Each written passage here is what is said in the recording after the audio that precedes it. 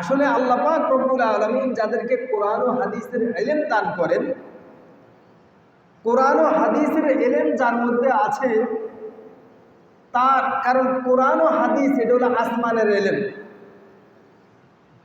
মাটির নিচের ইলম, উর্দু জগতের ইলম। এই ইলম যাদের কাছে থাকবে, পৃথিবীর কেউ এদেরকে আটকাইতে পারবে না, হারাইতে পারবে না। আল্লাহ পাক রব্বুল আলামিন জ্ঞান বা আকলকে সৃষ্টি করে অনেকগুলো টুকরা টুকরা করেছেন। তার মধ্যে এই জ্ঞান বা ইলমের 6 ভাগের 4 ভাগে দিয়েছেন উলামায়ে কেরামকে। যারা দ্বীনি ইলম শিখবে, কোরআন ও হাদিসের ইলম শিখবে, এদেরকে 6 ভাগের 4 ভাগ ইলম, 4 ভাগ জ্ঞান এদেরকেই দান করেছে। আরেক কিতাবের মধ্যে আসছে, এক বাদশাহ তার মেয়েকে, রাজকন্যাকে বিয়ে দিবেন একজন তালেবে ইলমের কাছে, একজন আলেমের কাছে। রানীর কথা হলো, না, আমি আমার মেয়েকে বিয়ে দিব, রাজকন্যাকে বিয়ে দিব একজন মাস্টারের কাছে। এটা নিয়ে রাজা আর রানীর মধ্যে তর্ক আর বিতর্ক। রানী বলতেছে, আমি হুজুরদের কাছে দিব না, এরাও দুনিয়ার পাবলিকের মধ্যে গুনাহ করে, এরাও পাবলিকের মতো গুনাহ করে, এরাও অনেক ধরনের মন্দ কাজ করে। আর বাদশাহ বলতেছে, এরা যদি করে তাহলে জায়েজ কইরা করে। এরা যদি কোনো কাজ করে, মন্দ কোনো কাজ যদিও করে, দেখতে মন্দ, বাস্তবে এরা কি করে, জায়েজ কইরা করে, এমনি করে না। তো জায়েজ শুরুতে যদি একটা কাজ করা হয়, তাহলে তো এটা না জায়েজ থাকে না, এটা আর গুনার কাজ থাকে না। কি বলেন, ঠিক না বেটি? তো বাদশাহ বলতেছেন, ঠিক আছে, পরীক্ষা করি। রানী বলতেছেন, ঠিক আছে, পরীক্ষা করুন। হুজুররা গুনার কাজ করে, পাবলিকও করে। বাদশার কথা হলো, হুজুররা যদি করে তাহলে জায়েজ কইরা করে, আর পাবলিক যদি করে নাজায়েজভাবেই কাজ করে, 4টা গুনাহ। তো বাদশাহ পরীক্ষা করার জন্য একটা ঘরের মধ্যে একটা তলোয়ার রাখলেন, 2 জন বয়স্ক মানুষ রাখলেন, 1 পেয়ালা 1 বোতল মদ রাখলেন, একটা সুন্দরী মেয়ে রাখলেন। কয়টা জিনিস রেখেছেন? 4টা জিনিস। একটা তলোয়ার, 1 বোতল মদ, 2 জন প্রাপ্তবয়স্ক পুরুষ, আরেকটা কি, একজন সুন্দরী নারী, মেয়ে। এই 4টা জিনিস রেখেছে। রাখার পরে তালাবদ্ধ করে দিয়েছে, অর্থাৎ বাহিরে প্রহরীরা। আর মাস্টার সাহেবকে বলেছে, এই ভিতরে 4 জিনিসের একটা জিনিস অবশ্যই তোমাকে করতে হবে। হয় মেয়েটির সাথে জেনা করতে হবে, না হয় 2 জন ব্যক্তিকে হত্যা করতে হবে, না হয় তুমি মদ পান করতে হবে। 3টার কোনো একটা জিনিস না করে তুমি থাকতে পারবে না। এই 3টার কোনো একটা জিনিস অবশ্যই করতে হবে। মাস্টার সাহেব চিন্তা করে দেখলেন, যদি মানুষ 2টাকে হত্যা করি এটাও কবিরা গুনাহ, যদি মদ পান করি এটাও কবিরা গুনাহ, যদি সহবাস করি, জেনা করি, এটাও কবিরা গুনাহ। তাহলে 3টাই কবিরা গুনাহ।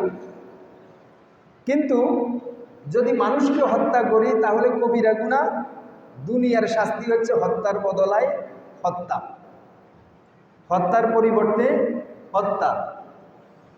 2 নম্বর হলো, যদি জেনা করি, হাদিসের মধ্যে আসছে, যদি কোনো মানুষ জেনা করে, লা ইয়াজনি জানি, যখন কোনো ব্যক্তি জেনা করে ওই অবস্থায় তার ঈমান থাকে না, তার ঈমানটা আকাশে এবং জমিনের মাঝে মুআল্লাক থাকে, লটকে থাকে, ঝুলন্ত থাকে।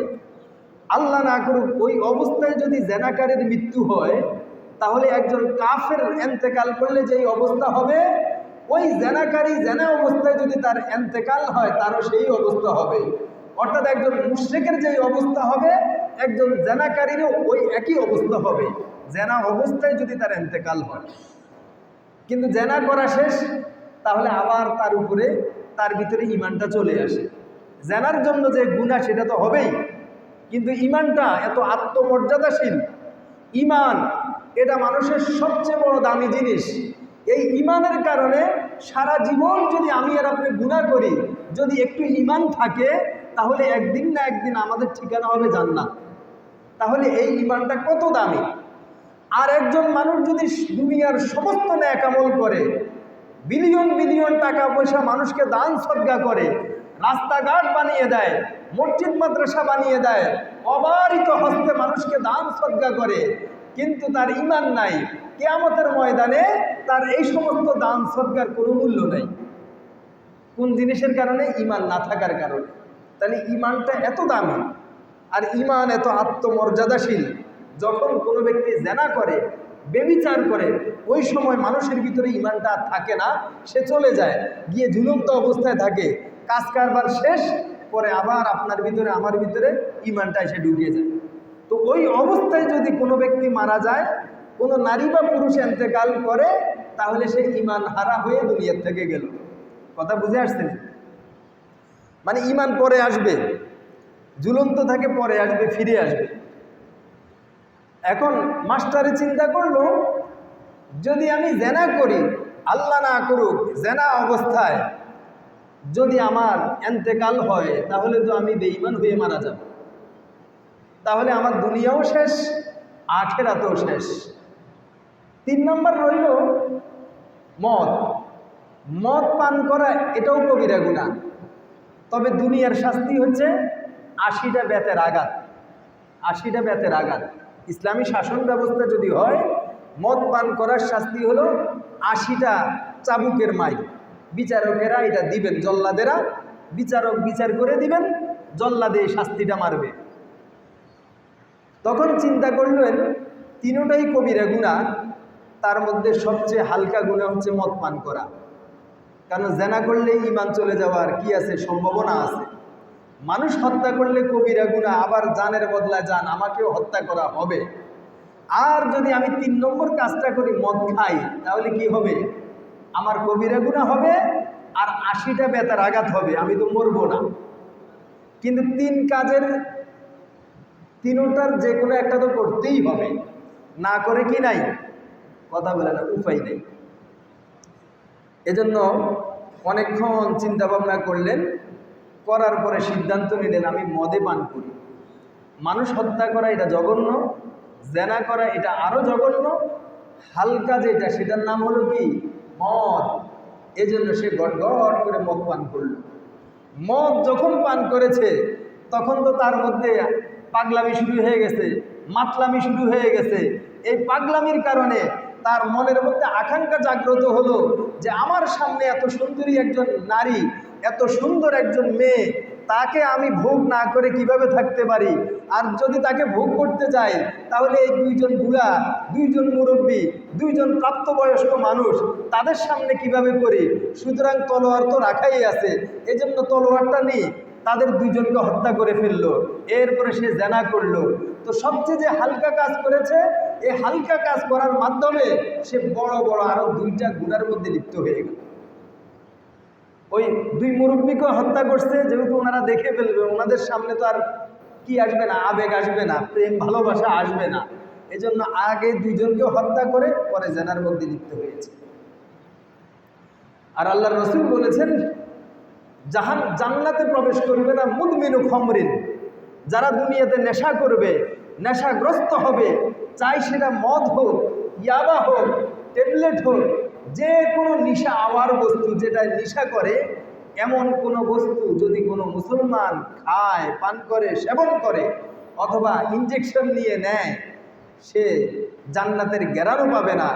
মুদমিনু খামরিন, যে ব্যক্তি মদ খায় সে কখনো জান্নাতে যেতে পারবে না। এটা এত বড় মারাত্মক গুনাহ।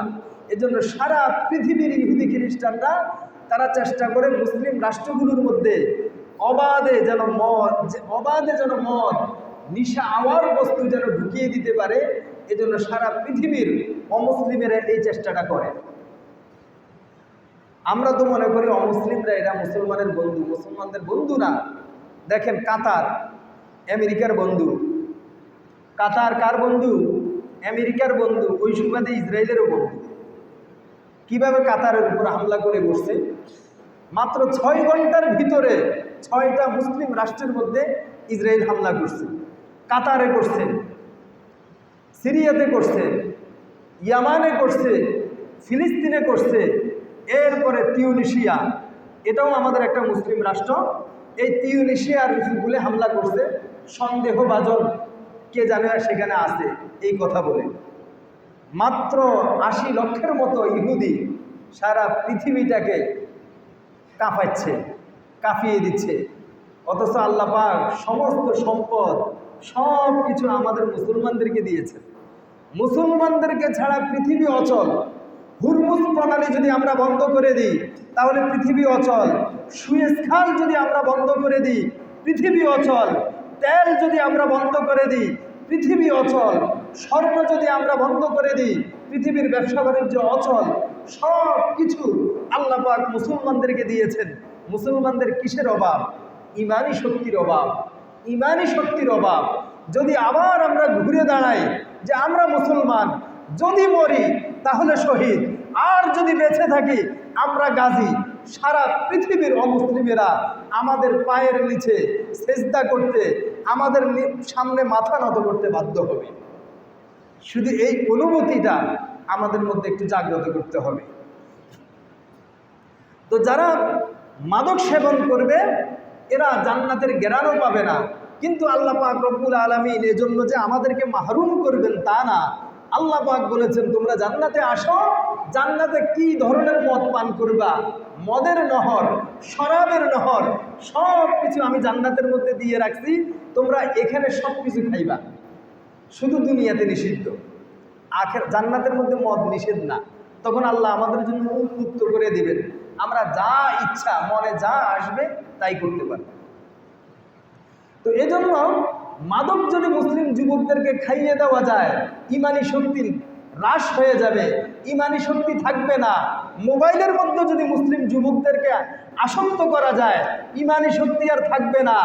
বিভিন্ন ধরনের ফেজের মধ্যে যদি বিভিন্ন যে বর্তমানে আসছে সমকামিতা, এই সমস্ত বিষয়ে যদি মুসলিম যুবকদেরকে একটু ধাবিত করে দেওয়া যায় ইমানি শক্তি আর থাকবে না।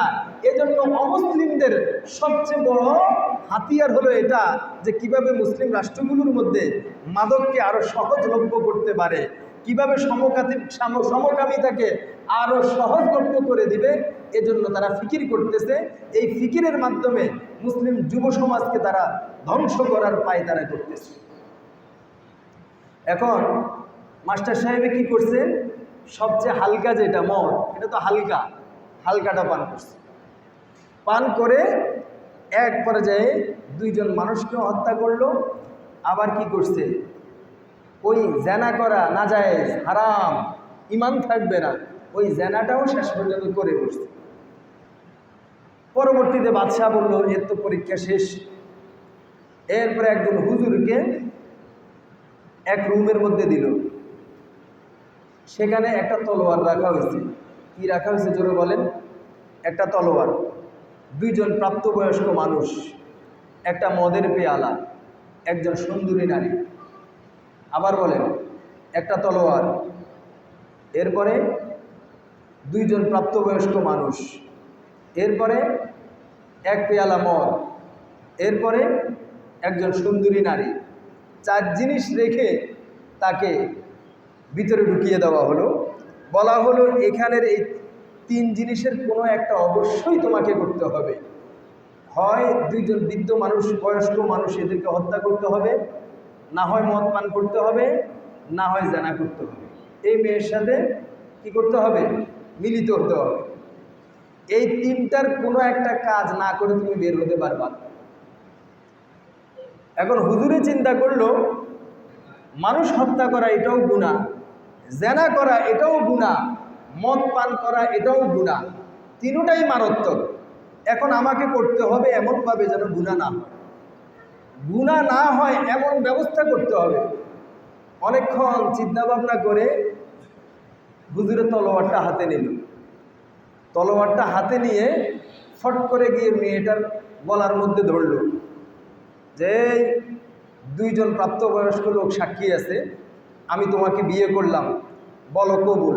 কবুল যদি না বলো এখন টান দিব। এখন মেয়ে তো ভয়ে ভয়ে বলতেছে কবুল কবুল কবুল, 100 বার কবুল। এখন বিয়ে হয়ে গেছে কি হয় নাই বলেন? বিয়ে তো হয়ে গেছে। বিয়ের মধ্যে খুতবা এটা সেটা হলো সুন্নত, অন্য বিষয়। আসল বিষয় হলো দুইজন প্রাপ্তবয়স্ক মানুষের সামনে কেউ যদি কোনো মেয়েকে কোনো নারীকে বলে আমি তোমাকে বিয়ে করলাম, সে যদি বলে এই সাক্ষীদের সামনে, সে যদি বলে আমি কবুল করলাম, তাহলে বিয়ে হয়ে যায়। বিয়ে হয় কি হয় না? বিয়ে হয়ে যায়। এখন সর্বপ্রথম সে বুদ্ধি করছে যে আমি কিভাবে এটাকে করব, জায়েজ সুরতে, না জায়েজ কোনো সুরত, গুনাহ হয় এমন কোনো পদ্ধতি আমাকে অবলম্বন করা যাবে না। এজন্য তলোয়ারটা নিয়ে মেয়েকে ধরলেন, আমি তোমাকে বিয়ে করলাম, দুইজন ব্যক্তি সাক্ষী আছে, বলো কবুল, না হয় টান দিব। মেয়ে বলতেছে কবুল কবুল, 100 বার কবুল। এখন বলেন বিয়ে হয়ে গেছে কি হয় নাই? বলেন, বিয়ে তো হয়ে গেছে। এজন্য 3 কাজের একটা কাজ তো এখন হয়ে যাবে। বলা হয়েছে এই মেয়ের সাথে মিলিত হইতে হবে, তা এখন তো মিলিত হওয়া যাবে, কোনো গুনাহ হবে না, বিয়ে করে ফেলছে, এ তো তার স্ত্রী হয়ে গেছে। এজন্য বলছেন দুজন মুরব্বী চলে যান বাহিরে। মুরব্বীদেরকে বাহিরে বের করে দিয়ে হুজুর সেখানে লিপ্ত হয়ে গেলেন। এখন বলেন এটা গুনার কাজ হচ্ছে না, এটা সওয়াবের কাজ? জোরে বলেন, সওয়াবের কাজ। কেউ যদি তার হালাল স্ত্রীর সাথে সহবাস করে, রাত্রি যাপন করে, তাহলে এটাও আল্লাহ পাক রব্বুল আলামিনের পক্ষ থেকে তার জন্য সওয়াব লেখা হয়। সাহাবায়ে কেরাম জিজ্ঞেস করলেন, ইয়া রাসূলুল্লাহ, এটা তো আমরা আমাদের জৈবিক চাহিদার কারণে, এটা আমরা আমাদের নিজেদের স্বার্থেই করি, এখানে কেন সওয়াব হবে? সাহাবায়ে কেরাম আল্লাহর রাসূলকে জিজ্ঞেস করলেন, এটা তো আমরা আমাদের প্রয়োজনেই করি, তাহলে এখানে কেন সওয়াব হবে? আল্লাহর রাসূল বললেন, ঠিক এই কাজটাই যদি তুমি অন্যভাবে করতা, তোমার স্ত্রীর সাথে না করে অন্য কারোর সাথে করতা, তাহলে কি গুনাহ হইতো না? সাহাবায়ে কেরাম বলেন হ্যাঁ। সাহাবায়ে কেরাম বললেন, হ্যাঁ ইয়া রাসূলুল্লাহ, গুনাহ হইতো। আল্লাহর রাসূল বললেন, তো যেহেতু এই কাজটা তুমি হালালভাবে করতেছ, আল্লাহর নির্দেশিত পথে করতেছ, আল্লাহর বাতানো পথে করতেছ, এজন্য এখানে তোমার সওয়াব হবে। চাই তুমি তোমার জৈবিক চাহিদার কারণেই করো না কেন, আল্লাহ পাক তোমাকে সওয়াব দান করবেন। বলেন সুবহানাল্লাহ। তাহলে বাদশাহ এবার রানীকে বললেন, দেখো তুমি যে বলো যে হুজুররাও এরকম কাজ করে, গুনার কাজ করে, এখন তো তোমাকে আমি দেখাইয়া দিলাম, হুজুরও কাজ করছে, মাস্টার সাহেবও কাজ করছে, কোনটা জায়েজ শুরুতে হয়েছে আর কোনটা না জায়েজ শুরুতে হয়েছে। হুজুরেরটা যেহেতু জায়েজ শুরুতে হয়েছে, তারা গুনার কাজ করে না, যদিও মনে হয়, দেখতে মনে হয় গুনার কাজ করতেছে, আসলে গুনার কাজ না, কোনো না কোনো একটা ফাঁক ফুকুর দিয়ে সেটা করতেছে। সুতরাং আমার রাজকন্যাকে আমি এই হুজুরের সাথেই বিয়ে দিব। আল্লাহ পাক আমাদের সকলকে, আমাদের ছেলে মেয়েদেরকে আলেম ওলামা মাদ্রাসায় দেওয়ার তৌফিক দান করুন। বলেন আমিন। আমাদের যাদের সন্তান রয়েছে আমরা মাদ্রাসায় দেওয়ার চেষ্টা করব। আমাদের যাদের মেয়ে রয়েছে আমরা মহিলা মাদ্রাসায় দেওয়ার চেষ্টা করব। এই সমস্ত প্রতিষ্ঠানে দিলে আমাদের ছেলে মেয়েরা দুনিয়ার বিভিন্ন আযাব গজব থেকেও বেঁচে থাকবে, গুনাহের কাজ থেকে বেঁচে থাকবে, আর আখিরাতে আমাদের জন্য নাজাতের জরিয়া হবে। যারা সুন্নত করতে পারি নাই, মেহেরবানি করে সুন্নত পড়ে দিন।